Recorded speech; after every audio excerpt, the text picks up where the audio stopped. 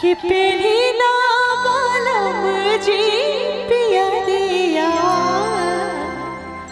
भैले आरागा के बे और काहे रौरा करतानी देरिया भैले आरागा के बे हो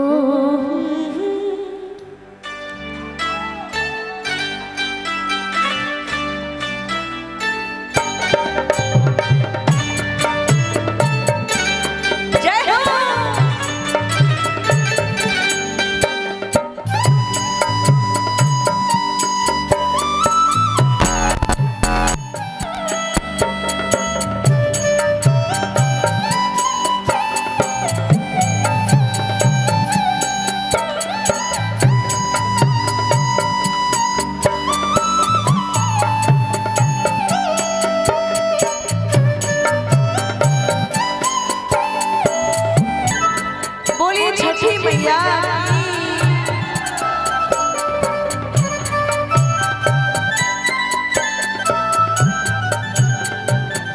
और बड़े प्यार से कहते हैं कि ए जी सुनी ना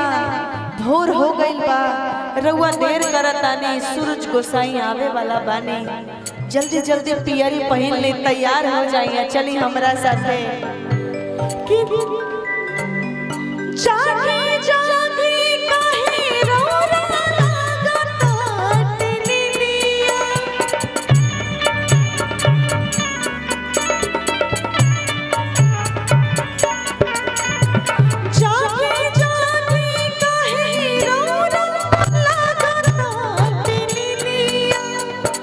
कुछ देर में आई जई लला की किरनिया कुछ देर में आई जई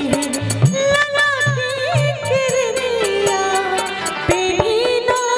देवर जी पियरिया भैले आरागा के बे कि काहे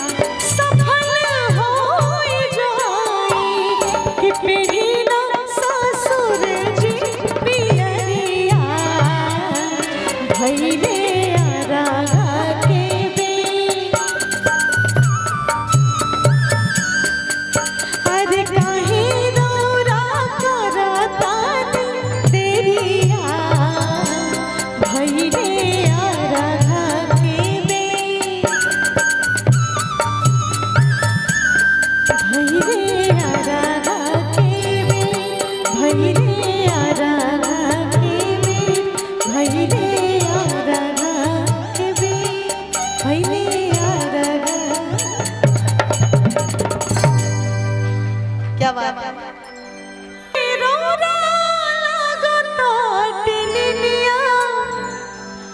कुछ देर में आई जई है लला की किरनिया स्केल चेक कर ले